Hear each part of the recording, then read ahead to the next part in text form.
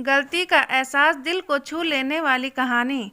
नेहा देखो दरवाजे पर कौन लगातार घंटी बजा रहा है। किचन से नेहा की दादी बोली। दौड़कर नेहा ने दरवाज़ा खोला तो दरवाजे पर अपनी बुआ को खड़ा पाया। कौन है नेहा? रसोई घर से फिर आवाज़ आई। दादी शांति बुआ आई है, दरवाजे पर खड़ी, नेहा ने कहा।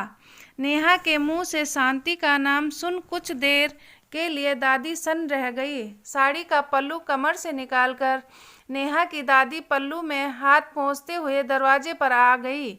यहाँ क्यों आई हो अब?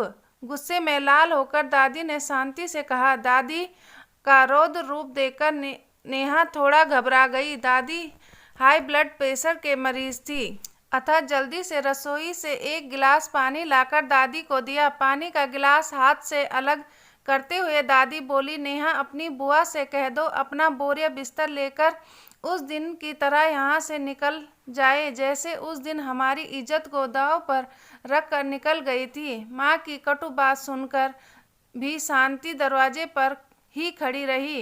नेहा की दादी ने दरवाज़ा उसके मुंह पर बंद कर दिया और सोफे पर आकर बैठ गई। नेहा के हाथ से पानी लेकर पिया और अतीत में खो गई। नेहा कभी खिड़की से दरवाजे पर बैठी बुआ को देखती है तो कभी सोफे पर गुस्से में लाल बैठी अपनी दादी को। नेहा भी चुपचाप से अपनी दादी के बगल में आकर बैठ गई। नेहा की उम्र 15-16 साल की थी और वह सब कुछ समझ सकती थी। दादी दादी क्या सोच रही हो? नेहा की आवाज़ सुन दादी किसी गहरी सोच से बाहर निकल आए। दादी बुआ काफ़ी देर से गर्मी में बाहर बैठी है, क्या हम उन्हें अंदर बुला लें? नहीं, मैंने उसे अंदर आने का एक मौका दिया था, लेकिन अब मैं दोबारा उसे अपनी दहलीज के अंदर नहीं आने दूंगी। दादी ने आंखें लाल करते हुए कहा। अपनी दादी के पास बैठी नेहा ने बड़े स्नेह के साथ दादी से कहा, मुझे बहुत अच्छे से वह दिन याद है जब बुआ की शादी होने वाली थी। दादा और पापा कई दिनों से शादी का प्रबंध कर रहे थे। हम लोगों के लिए भी सुंदर सुंदर कपड़े आए थे, लेकिन अचानक बुआ के गायब हो जाने से शादी नहीं हो पाई थी और दादाजी को हार्ट अटैक आ गया था, जिस कारण हमने दादाजी को सदा के लिए खो दिया था। दादी नेहा के मुंह से यह सब सुनकर वापस अतीत में चली गई और अपने दोनों पैर सोफे के ऊपर रखकर अपने एक हाथ से सिर पकड़कर रोने लगी और रोते हुए बोली, नेहा लड़कियां घर की शान होती हैं, माता पिता का अभिमान होती हैं।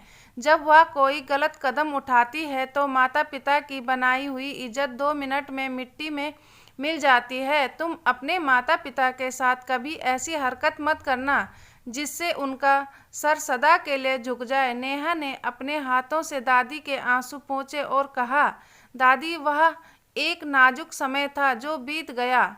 इस प्रकरण को लगभग 5 साल भी हो गए हैं। बुआ के साथ क्या हुआ, उन्होंने किस तरह 5 साल काटे हैं, हमें कुछ नहीं पता। उन्हें अंदर बुला लेते हैं और उनसे उनका हालचाल पूछते हैं। आखिर वह इतने दिनों बाद वापस घर क्यों आए हैं? ऐसे दरवाज़ा बंद करने से कुछ नहीं होगा, लोगों को कानाफूसी का मौका मिलेगा। दादी ने नेहा की बात समझते हुए दरवाज़ा खोलने की अनुमति दे दी। नेहा ने दरवाज़ा खोलकर बुआ का सामान अंदर किया और उन्हें घर के अंदर बुला लिया।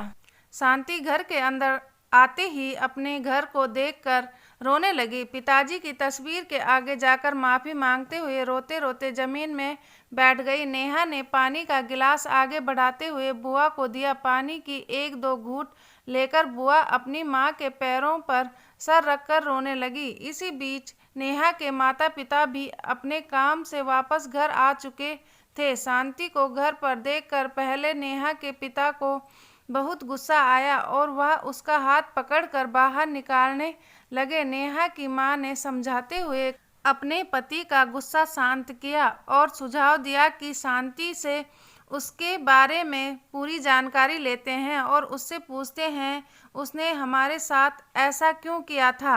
आशा करती हूँ आज की कहानी अच्छी लगी होगी। अच्छी लगी तो लाइक करें, अपने दोस्तों के साथ शेयर करें, मेरे चैनल को सब्सक्राइब करें और कमेंट करना ना भूलें। वीडियो देखने के लिए बहुत बहुत धन्यवाद। मिलती हूँ एक और अच्छी कहानी के साथ। तब तक के लिए बाय बाय।